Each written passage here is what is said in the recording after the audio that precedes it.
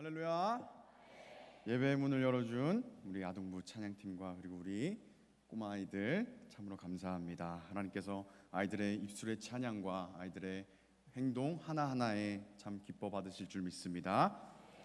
오늘은 함께 나눌 말씀은 시편 1편입니다. 신앙생활을 오래 하신 분이라면 이 시편 1편의 내용은 모두 다 알고 계실 거라고 생각됩니다.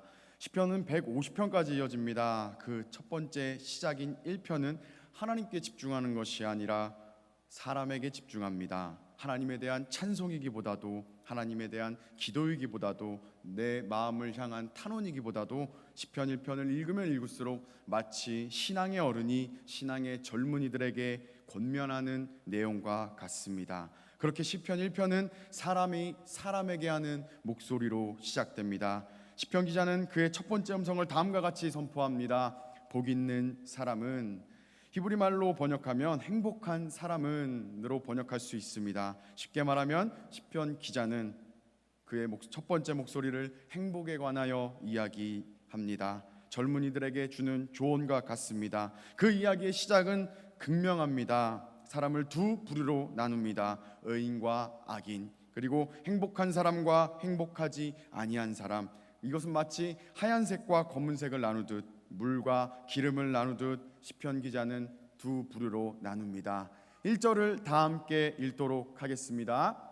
1절 시작. 복 있는 사람은 악인들에게 따르지 아니하며 죄인들의 길에 서지 아니하며 오만한 자들의 자리에 앉지 아니하고. 첫 번째 조언은 다음과 같습니다. 의인은 악인들의 꾀, 악인들의 생각대로, 악인들의 말대로 걷지 않습니다. 둘째로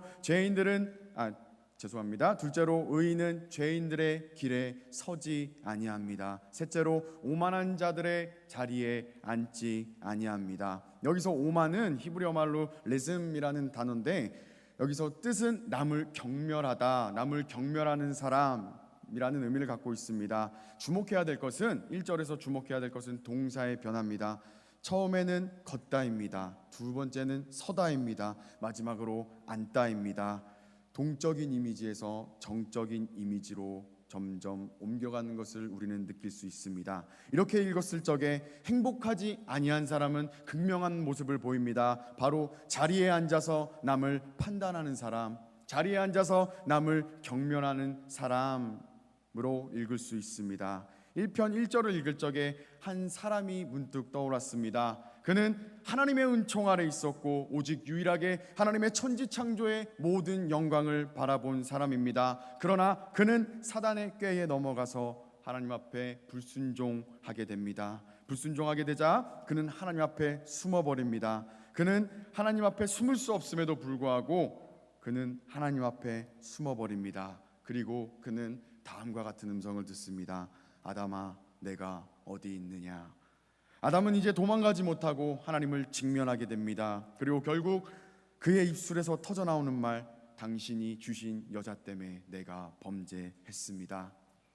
아담은 스스로의 소견으로, 스스로의 생각으로 하나님께서 주신 돕는 배필을 판단했습니다. 아담은 무엇이라고 다시 말합니까? 하나님, 당신께서 주신 여자가 아니라면 나는 범죄하지 않았습니다. 그는 이제 하나님의 은혜, 하나님의 섭리, 하나님의 도우심까지 판단해 버립니다. 이게 죄인입니다. 자기의 소견대로 살아갑니다. 하나님께서 주신 돕는 배필을 자신의 주장과 자신의 생각으로 판단하게 됩니다. 그것을 성경은 오만하다라고 표현합니다. 반면에 의인은 무엇이라고 말합니까? 행복한 사람은 주의 율례를 기뻐합니다. 여호와의 말씀을 밤낮으로 묵상합니다. 매일매일 주님의 규례 안에서 기쁨을 느끼는 자는 행복합니다. 그는 주의 규례대로 걷습니다. 그는 주의 규례 안에 서 있으며 그는 주의 말씀 아래 앉아 있습니다. 이를 시편 기자는 시냇가에 심겨진 나무로 더욱더 이야기를 확장시킵니다. 3절 중에 중요한 것은 이 시냇가에 심겨진 나무라는 것입니다. 다시 말하면 나무는 수동태입니다. 심겨진 나무입니다. 내가 그 시냇가에서 자라난 것이 아니라 누군가에 의하여 그 시냇가 근처에 심겨졌다라는 것입니다. 심겨졌다라는 것은 무슨 의미입니까? 혹시 아마존의 나무와 가수원의 나무를 그려보면 우리는 그 차이를 쉽게 알 수 있습니다. 아마존의 나무들은 자기의 모양대로 자기의 뜻대로 자랍니다. 어떠한 질서도 없이 자기가 자기 스스로의 질서가 되어 자라나기 때문에 나무와 나무는 부딪히게 됩니다. 그러나 심겨진 나무, 즉 주인이 있는 가수원 같은 나무는 그 주인의 질서대로 나무가 심겨집니다. 그 주인은 그 나무의 크기, 그 나무가 맺힐 열매의 크기까지 계산해서 그 나무를 심습니다. 다시 말하면 주인의 질서 안에서 자라나게 됩니다. 그 질서 안에서 커갑니다. 그 질서 안에서 성장하게 됩니다. 이를 다음과 같이 표현합니다. 그의 하는 모든 일이 다 형통합니다. 형통하다라는 뜻으로 번역이 가능하지만 짜라라는 히브리어 단어를 BDB 사전에서 찾아보니까 재미있는 의미가 또 있습니다. 바로 뻗어나가다, 둘째로 강성하여지다. 그렇습니다. 행복한 사람은 강성해지는 사람입니다. 행복한 사람은 주의 말씀 안에서 자라나는 사람입니다. 부모님들은 자라나다라는 뜻의 행복을 알 것입니다. 우리 아이들이 점점 커가는 그 기쁨, 물론 커가면서 걱정도 많고 함순도 많고 그렇지만 그럼에도 불구하고 아이들은 자라나야 됩니다. 아이들은 커가야 됩니다. 아이들이 자라나지 아니한다면 그것이야말로 그 부모님에게 상당한 걱정거리로 남게 됩니다. 나무는 자라나기 위해서, 강성해지기 위해서 폭우를 견뎌야 합니다. 또한 추운 겨울을 지나야 됩니다. 그렇게 나무는 튼튼해지고 강성해집니다. 그리고 나서 나무는 열매를 맺을 자격을 얻게 됩니다. 다시 말하면 그 나무는 이제 많은 열매의 무게를 견딜 수 있을 정도로 성장하게 됩니다. 시편 기자는 이것을 행복이라고 말합니다. 풀어서 이야기하면 날마다 자라나는 사람, 날마다 강성해지는 사람은 행복한 사람입니다. 아니, 행복한 사람은 날마다 강성해집니다. 여러분들 날마다 자라나고 있으십니까? 행복은 형통에 있는 것이 아니라, 많은 열매에 있는 것이 아니라 많은 열매의 무게를 버틸 수 있도록 성장하는 것, 강성해지는 것에 있다고 말합니다. 그러나 더욱더 무서운 것은 4절부터 5절의 말씀입니다. 아기는 그럴 수 없습니다. 아기는 강성해질 수 없습니다. 아기는 뿌리가 없기 때문에 그는 어떠한 열매도 맺을 수 없다라고 말합니다. 오직 그는 바람에 나는 겨와 같은 존재입니다. 동남풍이 불면 동남풍이 부는 대로, 서북풍이 불면 서북풍이 부는 대로 이 사람이 이 말하면 이렇게 행동하고 저 사람이 저 말하면 저렇게 행동합니다. 아기는 그런 존재입니다. 자기가 듣고 싶은 내용으로, 자기 마음에, 자기 소견에 옳은 내용대로 움직입니다. 그러니까 5절에 다음과 같은 말이 나옵니다. 아기는 심판을 견디지 못합니다. 하나님의 심판은 공의롭습니다. 하나님의 심판은 거룩합니다. 하나님의 심판은 의롭습니다. 아기는 그 심판을 견디지 못한다 라고 말합니다. 아기는 하나님께 다음과 같이 말할 것입니다. 하나님, 제가 생각하기에 이러이러한 게 맞습니다. 아기는 자기의 소견대로 하나님의 그 거룩한 심판마저도, 그 거룩한 그 뜻마저도 판단할 것입니다. 누구와 같습니까? 아담과 같습니다. 누구와 같습니까? 우리의 모습과 같습니다. 시편 기자는 이제 마지막으로 의인이 행복한 이유를 말합니다. 6절을 함께 읽겠습니다. 6절 시작. 무릇 의인들의 길은 여호와께서 인정하시나 악인들의 길은 망하리로다. 아멘. 의인들은 하나님께서 인정하신답니다. 의인들의 기쁨은 하나님께로부터 온다라는 것입니다. 의인들의 기쁨은 사람의 말 때문에 오는 것이 아니라 하나님께서 나를 인정하시는구나, 그 한 가지로 행복을 느낀다라는 것입니다. 여호와께서 우리의 삶을 인정하신다고 합니다. 그것이면 충분합니다. 서두에 저는 여러분께 시편 1편은 신앙의 선배가 후배에게 하는 목소리, 후배에게 하는 권면이라고 말씀드렸습니다. 시편 기자는 신앙 후배들에게 다음과 같이 말하고 있습니다. 너 하나님의 사람아, 여호와 하나님께서 인정하는 삶, 그 삶은 행복하여라. 너 하나님의 자녀야. 하나님의 은혜에, 하나님의 공급으로 말미암아 살아가는 삶은 행복하여라.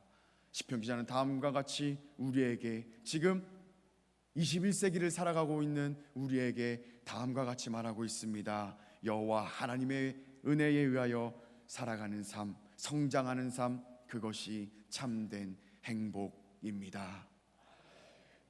이제 여러분들의 차례입니다. 여러분들의 아이들에게 가장 큰 행복을 무엇이라고 설명해 주시겠습니까? 아니, 어른으로서, 신앙의 선배로서 아이들에게 무엇을 말해주고 싶으십니까? 다시 한번 말씀드리지만 이제 여러분들의 차례입니다. 시편 기자가 우리에게 말한 것 같이 이제 우리가 우리 자녀들에게 말해줘야 될 차례입니다. 엄마, 나 여름 성경학교 가요? 엄마, 나 중고등부 수련회보다 학원 가는 게 좋겠죠? 라는 그 물음 앞에 여러분들의 믿음을, 여러분들의 신앙의 고백을, 신앙의 선배의 모습을 보여주시기를 축복합니다. 마지막 우리 어린아이들을 이제 다음과 같은 말씀으로 제가 축복해 주고 싶습니다. 민수기 제6장 24절부터 26절 말씀입니다. 제가 읽겠습니다. 여호와는 내게 복을 주시고 너를 지키시기 원하며 여호와는 그의 얼굴을 내게 비추사 은혜 베푸시기를 원하며 여호와는 그 얼굴을 내게로 향하여 드사 평강 주시기를 원하노라. 이 시간 이 내용으로 우리 아이들, 그리고 우리 선생님들, 우리 총무님들, 아니 우리 교육부를 모두 축복해 주시길 바랍니다. 먼저 믿는 신앙의 모습을 부디 우리 아이들에게 보여주시기를 소망합니다. 신자의 모습으로 아이들에게 나타남을 아이들에게 보여주시길 바랍니다. 우리 이 시간 아이들을 축복하는 시간을 갖기 원합니다. 다 함께 하나님의 약속 찬양하시면서 아이들에게 축복하시면서 기도하도록 하겠습니다. 하나님의 약속 찬양하겠습니다.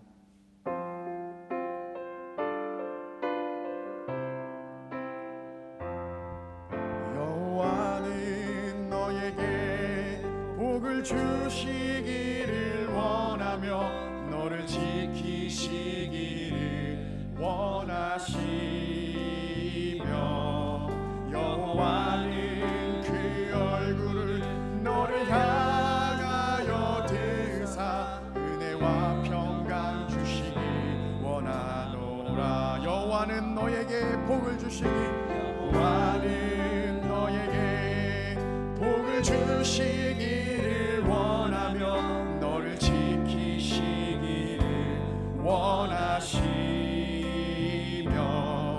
여호와는 그 얼굴을 너를 향하여 드사 은혜와 평강 주시길 원하노라. 너를 보배롭고 존귀하게 여기시는 하나님이 내 삶 속에서 이 약속을 신실하게 이루시리. 땅에 기름진 것으로 하늘에 신령한 것으로 너를 복 주시고 지키실 하나님이 너의 영혼 잘되도록 은혜 베푸시며 평강으로 인도. 우리 처음부터 찬양하기 원합니다. 여호와는 너에게, 여호와, 우리 이 시간 우리 어린아이들에게 두 손 높이 들며 축복해주며 찬양하기 원합니다. 너를 지키시기를 원하시며 여호와는 그 얼굴을 너를 향하여 드사 은혜와 평강 주시기 원하노라. 너를 보배롭고 존귀하게